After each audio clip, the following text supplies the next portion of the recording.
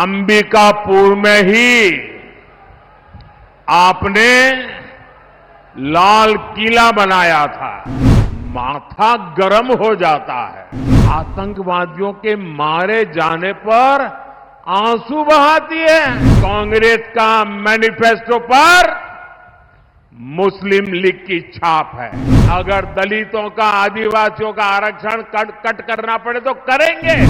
ये कांग्रेस के इरादे नेक नहीं है। कांग्रेस ने भारत के सेक्युलरिज्म की हत्या की।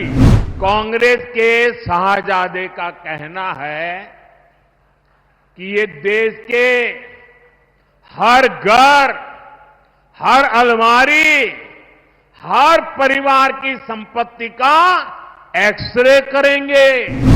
कांग्रेस का मंत्र है, कांग्रेस की लूट जिंदगी के साथ भी और जिंदगी के बाद भी। आपके संतानों का हक आज ही लूट लेना चाहते हैं। क्या आपको ये मंजूर है?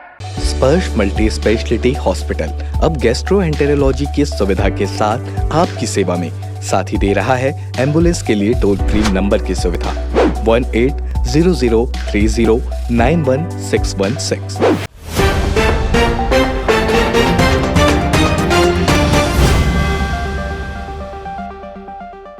मां महामाया माई की, मां महामाया माई की, हमर बहनी, भाई, दद्दा और जम्मू संगवारी मनला मोर जय जोहार। भाजपा ने जब मुझे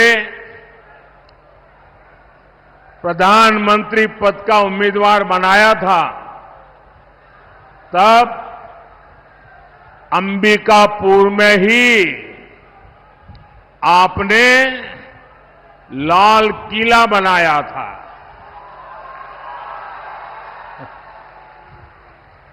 और जो कांग्रेस का इकोसिस्टम है, आए दिन मोदी पर हमला करने के लिए जगह ढूंढते रहते हैं। उस पूरी टोली ने उस समय मुझ पर बहुत हमला बोल दिया था कि ये लाल किला कैसे बनाया जा सकता है, अभी तो प्रधानमंत्री का चुनाव बाकी है और ये लाल किले का दृश्य बना करके वहां से सभा कर रहे, कैसा करते, यानी तूफान मचा दिया था। बात का बवंडर बना दिया था। लेकिन आपकी सोच से वही मोदी लाल किले पर पहुंचा और राष्ट्र के नाम संदेश दिया। और आज अंबिकापुर ये क्षेत्र फिर वही आशीर्वाद दे रहा है। फिर एक बार, फिर एक बार, फिर एक बार। साथियों, कुछ महीने पहले मैंने आपसे छत्तीसगढ़ से कांग्रेस का भ्रष्टाचारी पंजा हटाने के लिए आशीर्वाद मांगा था। आपने मेरी बात का मान रखा और इस भ्रष्टाचारी पंजे को साफ कर दिया। और आज देखिए, आप सबके आशीर्वाद से सरगुजा की संतान, आदिवासी समाज की संतान आज छत्तीसगढ़ का मुख्यमंत्री के रूप में छत्तीसगढ़ के सपनों को साकार कर रहा है।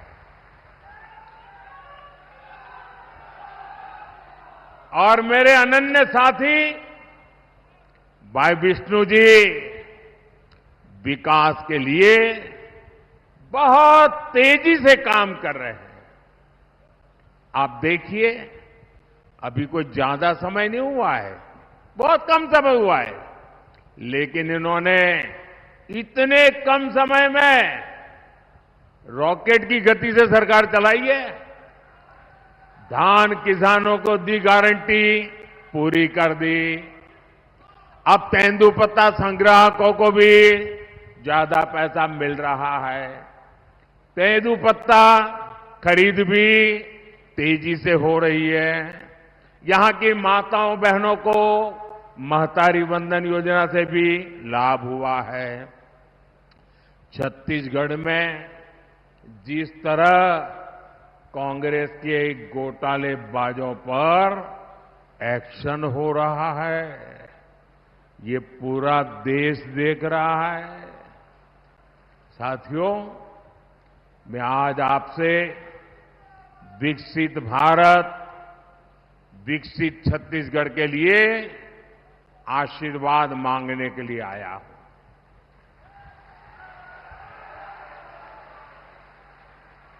जब मैं विकसित भारत कहता हूं तो कांग्रेस वालों का और दुनिया में बैठी कुछ ताकतों का माथा गर्म हो जाता है।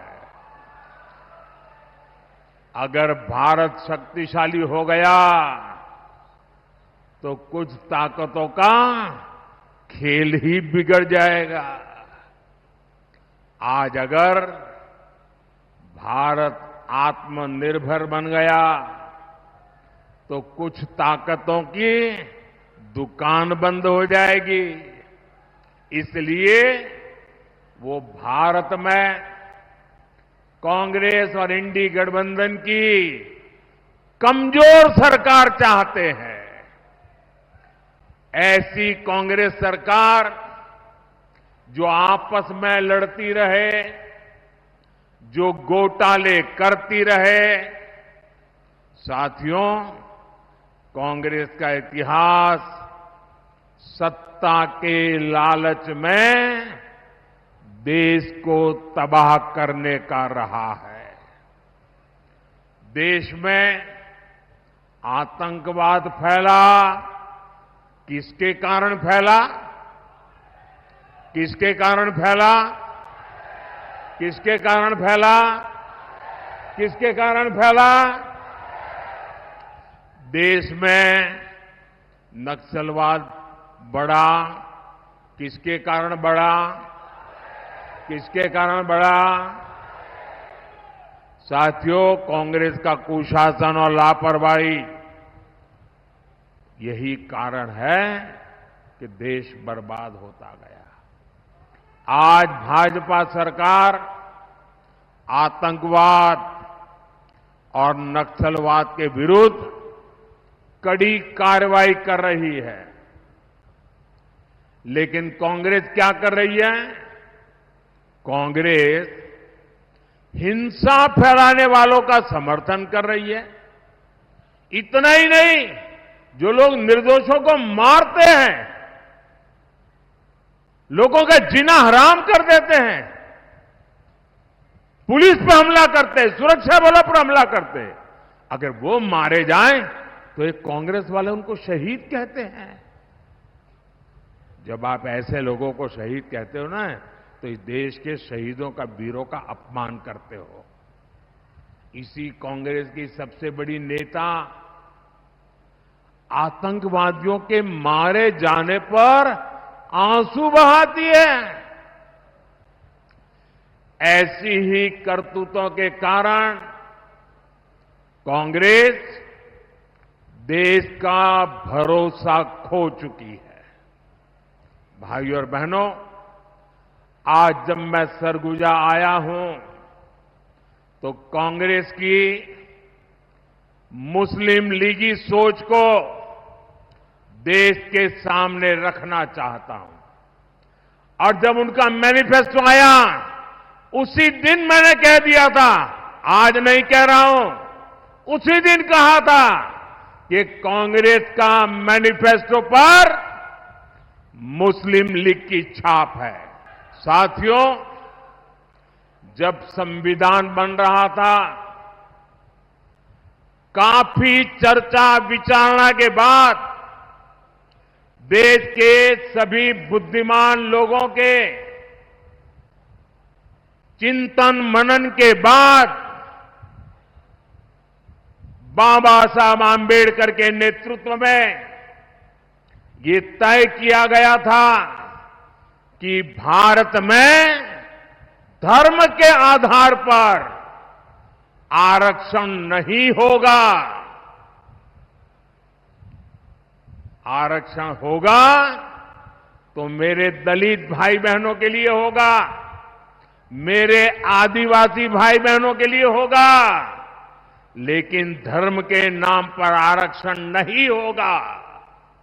लेकिन वोट बैंक की भूखी कांग्रेस ने कभी इन महापुरुषों की बातों की परवाह नहीं की, संविधान की पवित्रता की परवाह नहीं की, बाबा साहब आंबेडकर के शब्दों की परवाह नहीं की।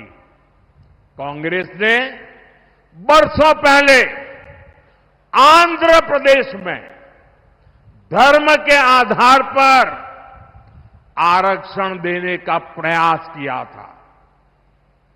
फिर कांग्रेस ने इसको पूरे देश में लागू करने की योजना बनाई।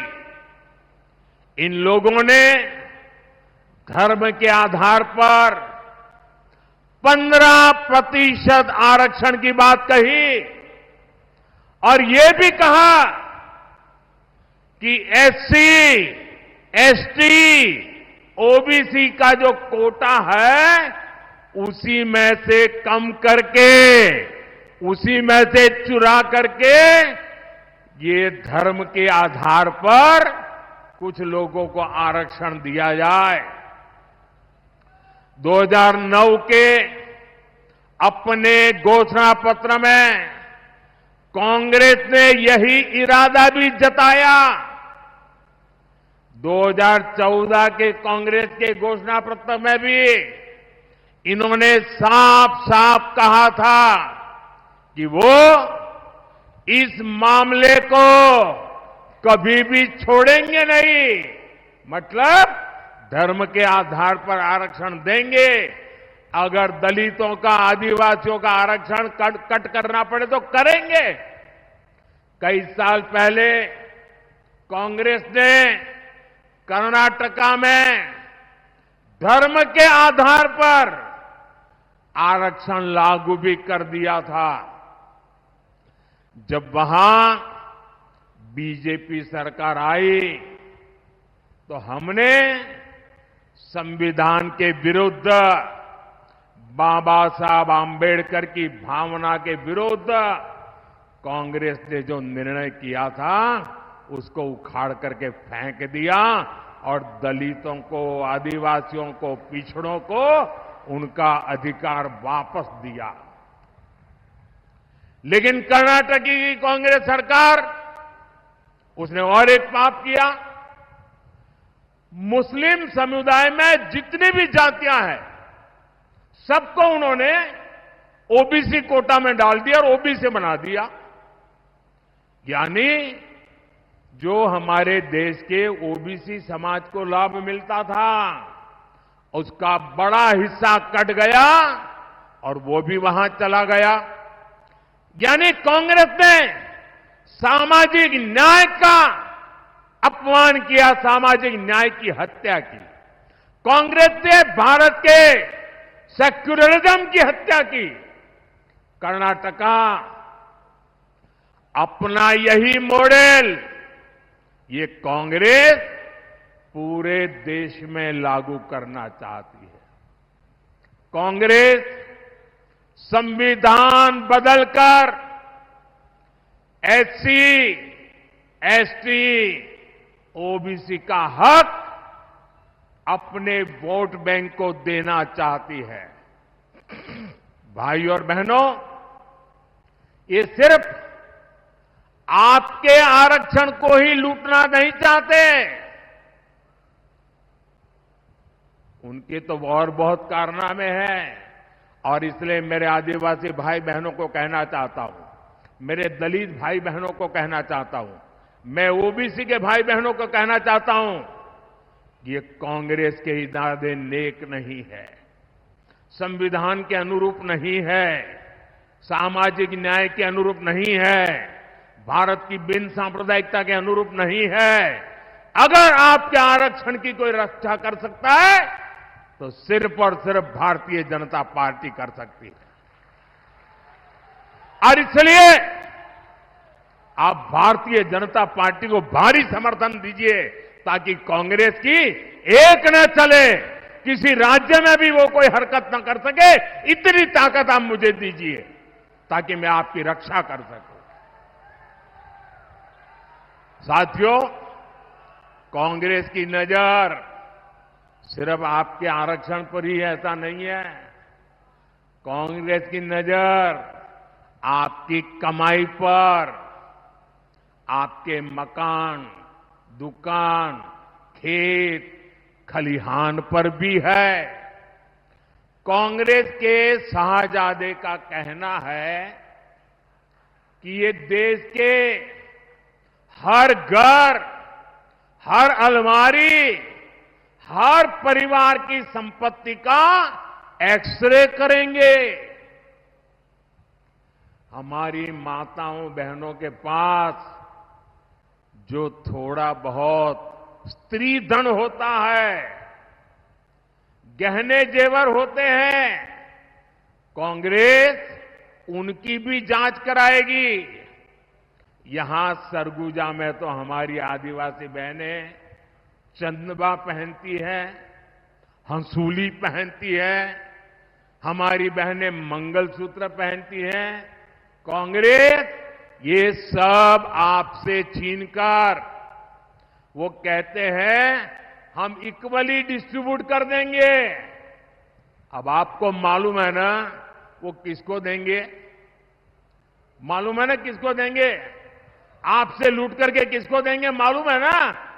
मुझे कहने की जरूरत है क्या? क्या ये पाप करने देंगे क्या आप?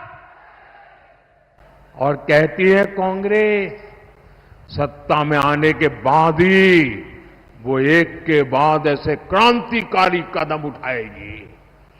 अरे ये सपने मत देखो, देश की जनता आपको ऐसा मौका नहीं देगी। साथियों, कांग्रेस पार्टी के खतरनाक इरादे एक के बाद एक खुलकर सामने आ रहे हैं। शाही परिवार के शाहजादे के सलाहकार, इस शाही परिवार के शाहजादे के पिताजी के भी सलाहकार, उन्होंने कुछ समय पहले कहा था, और ये परिवार उन्हीं की बात मानता है। उन्होंने कहा था कि हमारा देश का जो मिडिल क्लास है, मध्यम वर्गीय लोग हैं, जो मेहनत करके कमाते हैं, उन्होंने कहा उन पर ज्यादा टैक्स लगना चाहिए। ये इन्होंने पब्लिकली कहा है। अब ये लोग उससे भी एक कदम आगे चले गए हैं। अब कांग्रेस का कहना है कि वो इनहेरिटेंस टैक्स लगाएगी। माता पिता से मिलने वाली विरासत पर भी टैक्स लगाएगी। आप जो अपनी मेहनत से संपत्ति जुटाते हैं, वो आपके बच्चों को नहीं मिलेगी, बल्कि कांग्रेस सरकार का पंजा उसे भी आपसे छीन लेगा। यानी कांग्रेस का मंत्र है कांग्रेस की लूट। कांग्रेस का मंत्र है कांग्रेस की लूट, जिंदगी के साथ भी और जिंदगी के बाद भी। जब तक आप जीवित रहेंगे, कांग्रेस आपको ज्यादा टैक्स से मारेगी, और जब आप जीवित नहीं रहेंगे तो आप पर इनहेरिटेंस टैक्स का बोझ लाद देगी। जिन लोगों ने पूरी कांग्रेस पार्टी पैतृक संपत्ति मानकर अपने बच्चों को दे दी, वो लोग नहीं चाहते कि एक सामान्य भारतीय अपने बच्चों को अपनी संपत्ति दे। भाइयों बहनों, हमारा देश संस्कारों से, संस्कृति से उपभोक्तावादी देश नहीं है। हम संचय करने में विश्वास करते हैं, संवर्धन करने में विश्वास करते हैं, संरक्षित करने में विश्वास करते हैं। आज अगर हमारी प्रकृति बची है, पर्यावरण बचा है, तो हमारे इन संस्कारों के कारण बचा है। हमारे यहां घर में बूढ़े मां बाप होंगे, दादा दादी होंगे, उनके पास एक छोटा सा भी गहना होगा ना, अच्छी एक आध चीज होगी तो संभाल करके रखेगी, खुद भी पहनेगी नहीं। क्यों? वो सोचती है मेरी पोती की जब शादी होगी तो मैं उसको दूंगी, मेरी नाती की जब शादी होगी तो मैं इसको दूंगी। यानी तीन तीन पीढ़ी का सोच करके वो खुद अपना हक भी नहीं भोगती, वो बचा के रखती है ताकि अपने नाते नाती को भी दे सके। ये मेरे देश का स्वभाव है। मेरे देश के लोग कर्ज कर करके जिंदगी जीने के शौकीन लोग नहीं है। मेहनत करके जरूरत के हिसाब से खर्च करते हैं और बचाने के स्वभाव के हैं। ये भारत के मूलभूत चिंतन पर, भारत के मूलभूत संस्कार पर ये कांग्रेस पार्टी कड़ा प्रहार करने जा रही है। और उन्होंने कल ये बयान क्यों दिया है, इसका कारण है, एक तो ये सोच उनकी बहुत पुरानी है। आप पुरानी चीजें खोजोगे ना, और ये जो लोग फैक्ट चेक वाले जो है ना, मोदी की बाल की खाल उधेड़ने में लगे रहते हैं, जरा कांग्रेस की हर चीज देखिए, आपको हर चीज में ये बू आएगी। मोदी के बाल की खाल उधेड़ने में टाइम खराब मत करो। लेकिन मैं कहना चाहता हूं, ये कल तूफान इनके यहां क्यों मच गया, जब मैंने कहा कि अर्बन नक्सल, शहरी माओवादियों ने कांग्रेस पर कब्जा कर लिया है, तो उनको लगा कि कुछ अमेरिका को खुश करने के लिए भी कहना चाहिए। ये मोदी ने इतना बड़ा आरोप लगाया तो बैलेंस करने के लिए वो उधर की तरफ मुड़ने का नाटक कर रहे हैं। लेकिन वो आपकी संपत्ति को लूटना चाहते हैं, आपके संतानों का हक आज ही लूट लेना चाहते हैं। क्या आपको ये मंजूर है? ये आपको मंजूर है? जरा पूरी ताकत से बताइए, उनके कान पे सुनाई दे, ये मंजूर है? देश से चलने देगा? आपको लूटने देगा? आपके बच्चों की संपत्ति लूटने देगा? साथियों, जितने साल देश में कांग्रेस की सरकार रही, आपका हक का पैसा लूटा जाता रहा। लेकिन भाजपा सरकार आने के बाद अब आपके हक का पैसा आप लोगों पर खर्च हो रहा है। आने वाले 5 साल में बहुत कुछ करना है। सरगुजा तो स्वर्ग जा, यानी स्वर्ग की बेटी है। साथियों, 24 के इस चुनाव में आपका ये सेवक नरेंद्र मोदी को आपका आशीर्वाद चाहिए। मैं आपसे आशीर्वाद मांगने आया हूं। आपको केवल एक सांसद ही नहीं चुनना, बल्कि देश का उज्जवल भविष्य चुनना है, अपने आने वाली पीढ़ियों का भविष्य चुनना है। इसलिए राष्ट्र निर्माण का ये मौका बिल्कुल न गंवाएं। गर्मी हो, शादी ब्याह का अवसर हो, खेत में कोई काम निकला हो, रिश्तेदार के यहां जाने की जरूरत पड़ गई हो, इन सब के बावजूद भी मतदान के दिन कुछ समय ये आपके सेवक मोदी के लिए निकालिए, भारत के लोकतंत्र के निकालिए, भारत के उज्जवल भविष्य के लिए निकालिए, आपके बच्चों की गारंटी के लिए निकालिए और मतदान अवश्य करें। मेरे साथ बोलिए भारत माता की, भारत माता की, भारत माता की। बहुत बहुत